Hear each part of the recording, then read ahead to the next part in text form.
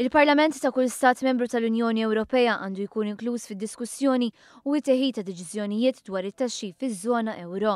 Dan saħħu l-membru tal-Parlament Ewropew Alfred Sant li sostna li jekk tidħol fis-seħħ sistema waħda ta' taxxi kif qed ikun propost, uħud mill-istati membri jistgħu jsibu ruhom fi żvantaġġ permanenti għax titiħdilhom il-flessibilità li jirregolaw it-taxxi skont il-bżonnijiet finanzjarji tal-pajjiż. Sant sostna li proposti tisiru bħalissa jeħtieġu aktar studju. Fost dawn semma dawk li jinvolvu l-adozzjoni ta' bażi komuni għat-taxxi, rati ta' taxxi l-istess u l-introduzzjoni ta' rata minima ta' taxxa fost oħrajn.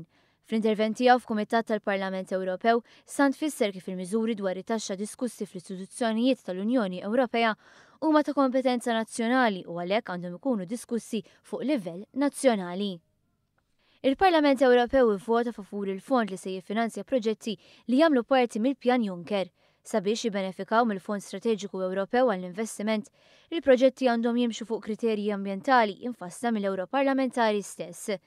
F'intervent qabel ma tieħed il-vot, il-membru parlamentari Ewropew Mirjam Dalli li ħadmet fuq it-tfassil tal-kriterji fissret il-bżonn ta' investiment sostenibbli fil-qasam ambjentali u soċjali sabiex tinħass differenza pożittiva fil-ħajja tal-ġenerazzjonijiet tal-lum u ta' għada.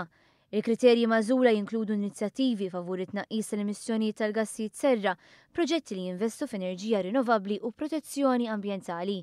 Mirjam Dalli saħqet li bħala rapporter għal Kumitat tal-Ambjent tistenna li jiżdiedu l-proġetti li jitħadmu b'teknoloġija rinnovabbli u b'enerġija nativa fost prattiċi oħra.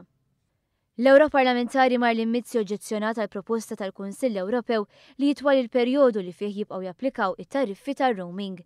Fis-qarrija Mizzi saħqet li huwa dmir tagħha bħala membru fit-tim ta' negozjati responsabbli għad-drittijiet tal-konsumatur li taħdem fl-aħjar interess tal-konsumatur u li t-tariffi tar-roaming qed ikunu ta' pis finanzjarju eċċessiv għaċ-ċittadini Ewropej.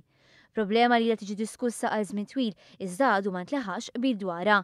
Marlin Mizzi sostiet li priorità oħra hija li l-konsumaturi jibqgħu jirċievu messaġġi u telefonati anke wara li jinqabes il-limitu finanzjarju.